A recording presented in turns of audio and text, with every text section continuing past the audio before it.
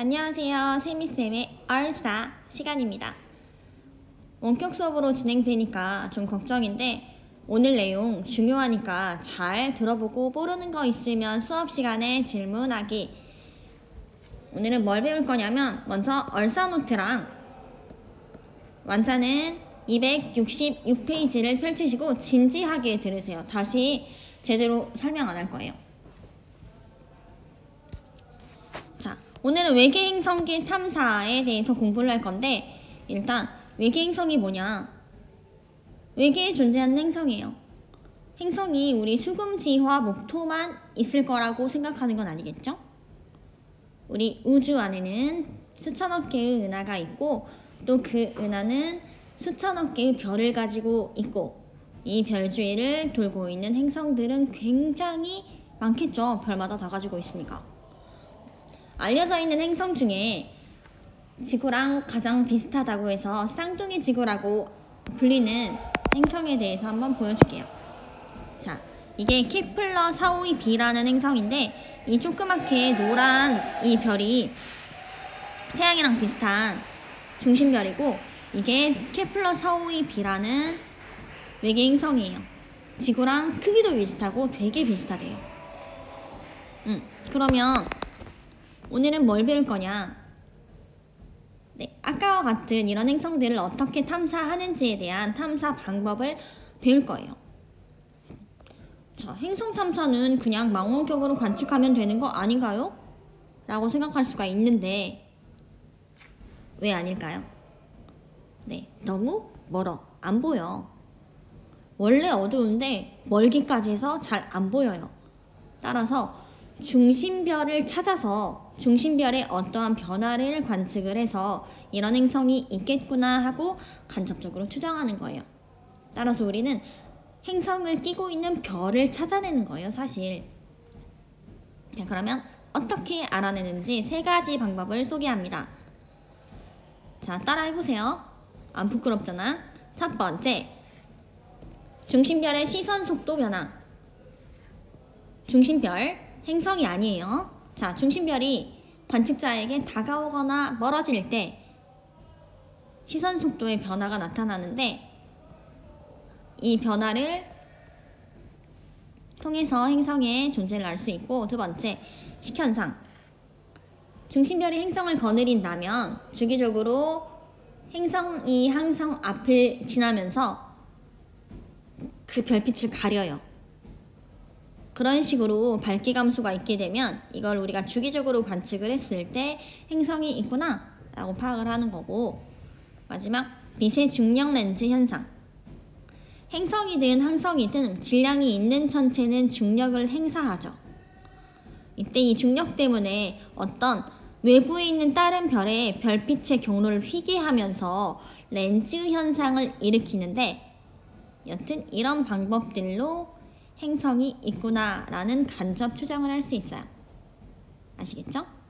네, 이 중에서 오늘은 우리 시선 속도 변화 방법만 간단하게 배워볼게요. 뭔 변화? 오케이, 중심별의 시선 속도 변화.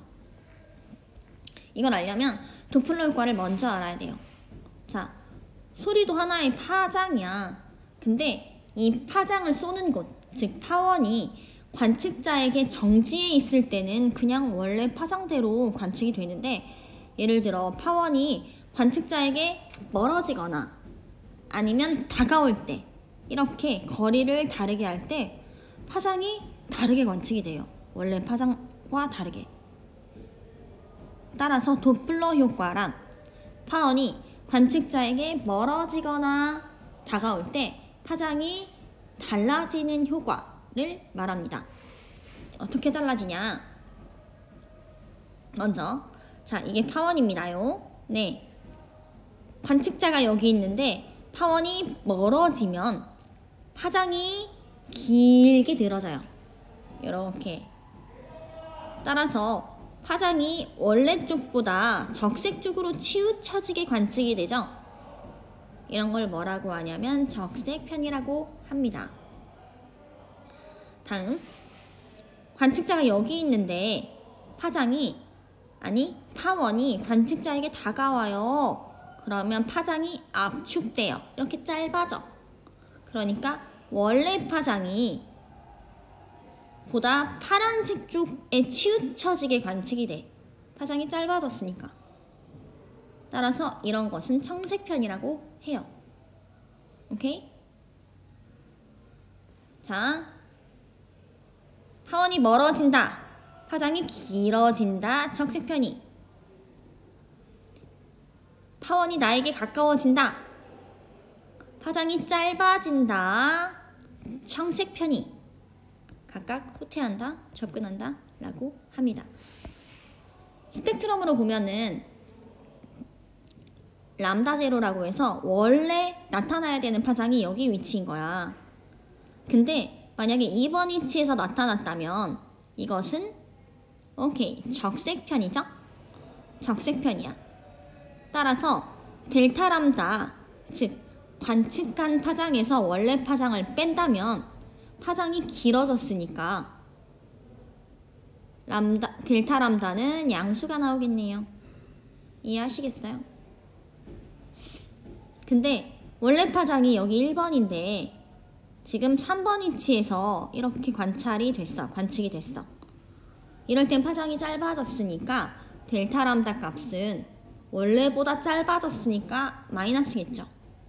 따라서 음수, 청색편이죠. 그러면 이런 도플러 효과를 이용해서 이 파장 변화량을 시선 속도로서 나타낼 수가 있어요. 네, 시선 속도 VR은 CZ라고 정의를 하는데 이 C는 광속이죠.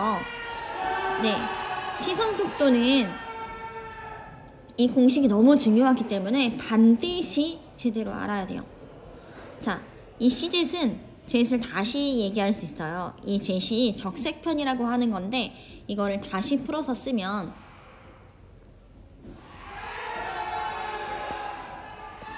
자, 중요하니까 빨강색. 시선 속도는 C 젯으로 표현할 수 있는데 이걸 다시 쓰면 C 관측한 파장에서 원래 파장 빼기 이거예요. 결국 한마디로 이렇게 또 쓸 수 있겠네. 알겠죠? 네. 자, 시선 속도는 광속에다가 람다 제로 분의 델타 람다를 곱한 것과 같아요. 광속은 얼마예요? 3 곱하기 10의 5승 킬로미터 퍼 세컨이죠. 아시죠? 따라서 이 시선 속도를 부호로 나타내면 중심별이 다가올 때는 시선 속도가 음수, 멀어질 때는 양수가 되겠네요. 이때 중심별에서 왜 시선 속도가 나타나는 거냐면 만약에 중심별이 행성을 거느리고 있다고 하자.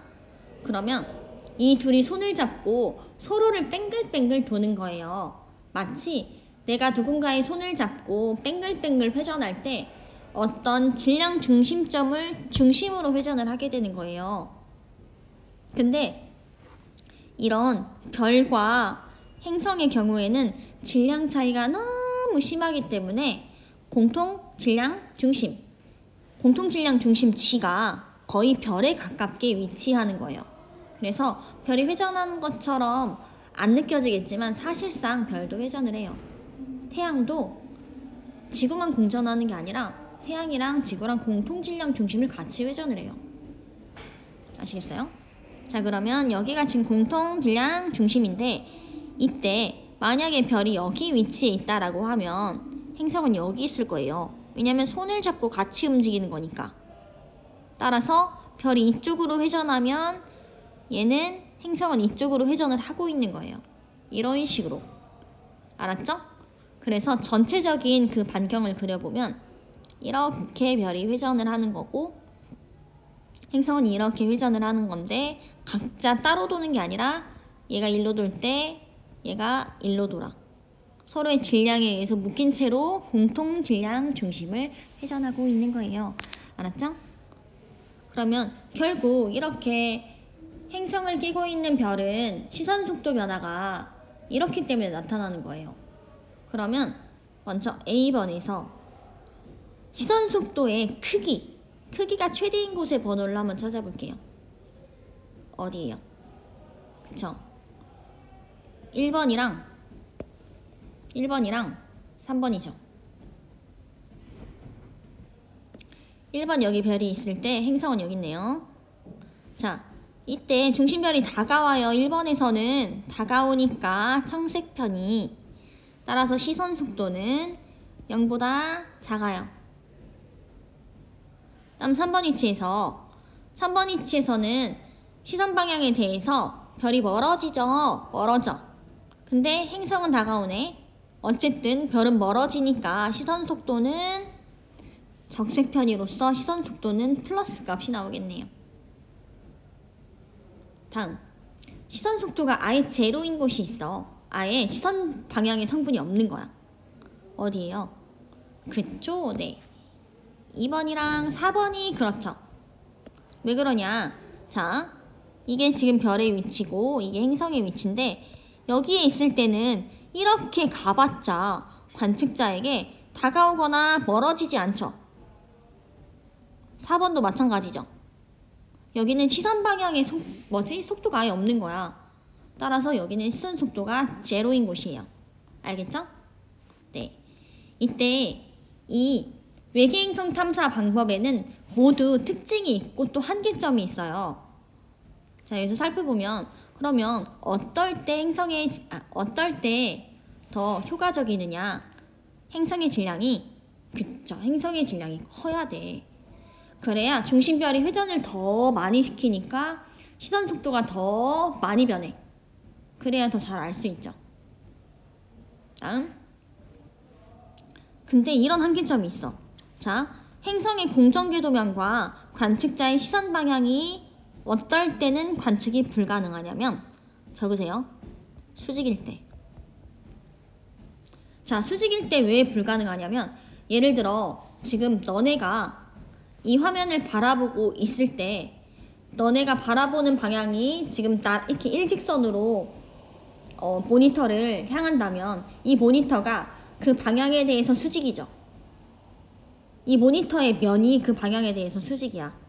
따라서 이러한 공정궤도면이 시선 방향이랑 수직이라고 하는 거는 내가 바라보는 방향에 대해서 공정궤도면이 수직이어서 지금 너네가 바라본다고 할 때 이렇게 공전을 하는 거야. 이렇게. 그러면은 내가 딱 쳐다봤더니 중심별이 내가 바라보는 방향에서 어떤 면에 원을 그리지 나에게 다가오거나 멀어지지가 않아요. 알겠죠? 따라서 시선 방향이 수직일 때는 관측이 불가능하고, 어떨 때 최대로 효과를 나타내냐면 내가 바라보는 시선 방향과 공전 궤도면이 나란한 방향일 때. 이해했어요? 그러니까 지금 내가 바라보는 방향과 모니터가 그 방향대로 누워버리는 거야. 그러면은 관측자가 볼 때 행성이 다가오거나 멀어지는 그 방향이 고스란히 다가오거나 혹은 접근하는 걸로 읽히겠죠. 알겠어요? 자, 따라서 오늘은 뭘 배웠냐? 중심별의 시선 속도 변화를 통해서 외계행성을 간접적으로 추정하는 방법을 배웠어요. 오늘은 꼭 알아야 한다면 이것만큼은 기억하세요. 네. VR은 C, Z. 자, 오늘은 여기까지만 할게요. 여기까지 세미쌤의 얼싸였습니다. 안녕.